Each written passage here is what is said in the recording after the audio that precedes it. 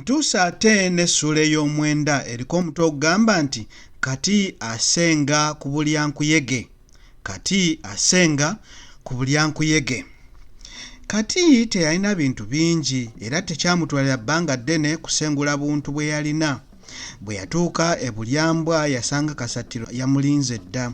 Yamulaga enju mwe yali agenda okubeera era yamutegerezaawo amateeka agaali gafuga enju ze anti k'onooweeka tokalinda kusaaba na ttaka. Olw'okuba Kasatiro yali amaze okutegeera ebifa ku Kati, yali amufuniddeyo obuntuntu obw'okutandikirako. Bumwasajjute bubiri. Ani ajjukira entebe ezo mwasajjute? Akameeza, obuseffuliya bubiri n'obusowaani obwa paasi bubiri. Nzijukizza essowaani eza paasi zaali zookya. Zaalinga sowaani za byuma. Kwabangako n'ebikopo ebya ggama. Era nga nabyo byokya, nabyo byabanga bya byuma. Abinzijukizza. Ennyumba ya Kati yali ya kisenge kimu n'eddiiro nga kuliko akasenge ak'etterekero ly'emmere, amaseffuliya ne cakala owa buli ngeri. Ennyumba ye yali yeesuddeko akabanga n'endala kubanga mu kusooka yali egenda kuba tterekero lya kasooli na muwemba. Naye abakozi bwe beeyongera obungi ng'ate ebisolo bitono, Kasatiro kwe kusalawo nali alifuulira ddala ekisulo. Kubanga ennyumba ye yali yeesuddeko akabanga n'endala, Kati kyamuwonya nnyo oluyoogaano n'okumulingiriza byalinga akola. Nange saagala kunningiriza.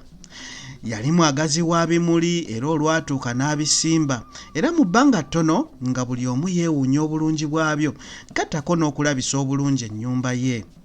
Newankubadde balirwana be beewaayo okumufumbira nga yakatuuka, teyagala nnyo kukyemanyiiza bwe yajjukiranga jjajjaawe kye yamugambanga nti anatta akawuka otega muzigo, era yagaana n'okukkiriza okutwala ebirabo oba ebyokulya ebyamuweebwanga balirwana be, gamba ne bakyala ba Kasatiro era ne bawala ba Kasatiro. Newankubadde kino kyanyiiza nnyo abantu abamu, naye kyamuyamba okumuwonya ebizibu bye yalisanze mu maaso eyo. Buli omu yakimanyanga Kati bwe yali takkiriza birabo oba kyakulya kyonna. Enkola eyo nno yaliba ennungi naddala mu biseera nga bino. Kati tekyamutwalira bbanga ddene nnyo okukkalira mu maka ge amapya. Olw'okuba yali musajja mukozi mulungi era nga wampisa, abantu abamu baamwagalirawo era n'aganja ku Bulyambwa n'ebyalo ebyali bikiraanye.